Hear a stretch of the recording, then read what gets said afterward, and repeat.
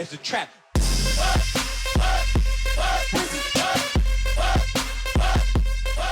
What's up guys, Alp27HD here, and we are player review time, and it is the Inform from this week that is the big bad Mario Balotelli for Milan, 85 rated, and he is something else guys. He's got 85 pace, 84 shot, 85 dribbling, 51 defence, 74 heading, and of course 71 passing. So as you can see on the bio on the screen, I paid $349 for him. I've subsequently sold him for $320, and I'm going to buy him back probably Sunday when his price drops a little bit. So as you can see there guys, we're talking 4-star weak foot, we're talking 4-star skills. So that's a good start for me straight away, because recently I've been picking the likes of Di Maria. We did a review of David Silva, we also did a review of Podolski, all three of which had a 2-star weak foot, and to be honest guys, I enjoyed using them. As you know, Silva got my favourite player of January. But it does start to wear thin, and it does start to get a little bit annoying. As you can see, 4-1-2-1-2, playing him as a striker on the left-hand side in this team. Bit of a Brazil team going on for you there. We got Pato, Coutinho, Neymar, Hulk, Ramirez, Marcelo, Santana, Dede, Cicinho, and Alves in goal. And I think we switch it up in a little bit and stick a very special substitute on, who I do bring on in a couple of the clips, just to add a little bit of weight in Coutinho's position at centre attacking mid. Obviously, once we're in game, it doesn't really matter. So, what do we think of Mario Balotelli? Well, first and foremost, he is very, very good. I cannot stress, I've watched Atani's review and he gave him like 6.5. And I was thinking, shit, this was like the day I bought him. And I was thinking, what the fuck am I spending my money on this guy for? And then I managed to get hold of one, obviously. And he is biblical, guys. I know that one argument is that his standard card is pretty damn good to start with. So you don't really need the Inform. But let's have a look at some in-game stats, guys, and see what makes him tick. Big things for me. 91 finishing, an 84 long shot, 90 ball control, and also that 92 shot power. And we're going to have a look at a few clips in a second, guys, and I will tell you what shows in the clips. He seems to play like Mario Balotelli in real life. It's really, really bizarre. It really is. If you have a look in the top right-hand corner, you will see clip analysis, and as you can see, swag for days. He's got shot, pass, and swag. It just seems to be like the real Mario Balotelli. As you can see here, Rabono cross in there, and it's just like Mario Balotelli in real life. He just wouldn't do that, the normal cross. Here we go, a little bit of a header. Does he do it normally? No, he throws himself at it and does a massive roll at the end of it.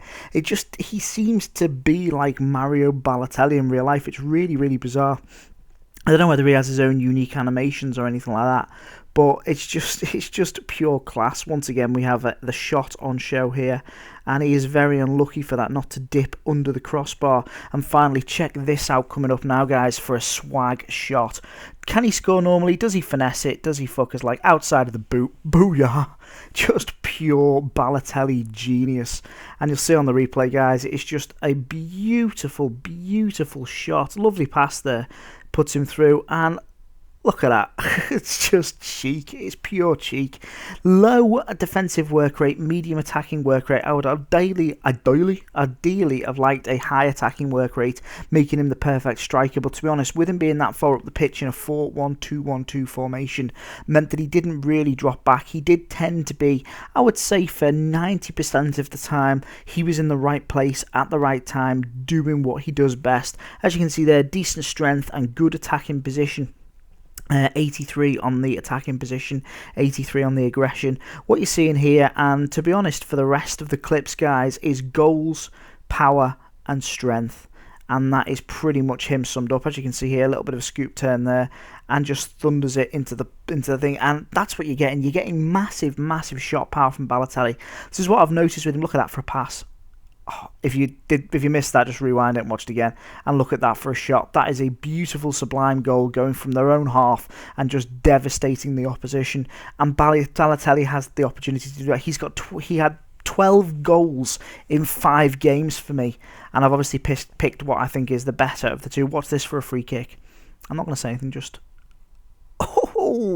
keeper probably should have done better, but you know, look at the picture in picture. It's just right at the keeper, and it's just bending, dipping, curving, and the keeper has absolutely no chance, although I do think he should be saving it from there. He's just a little bit out of position, he's a bit too far forward, and he gets caught out. Once again, Balotelli comes in here, sorry, Ronaldo plays it out to Balotelli, and that's the shot power.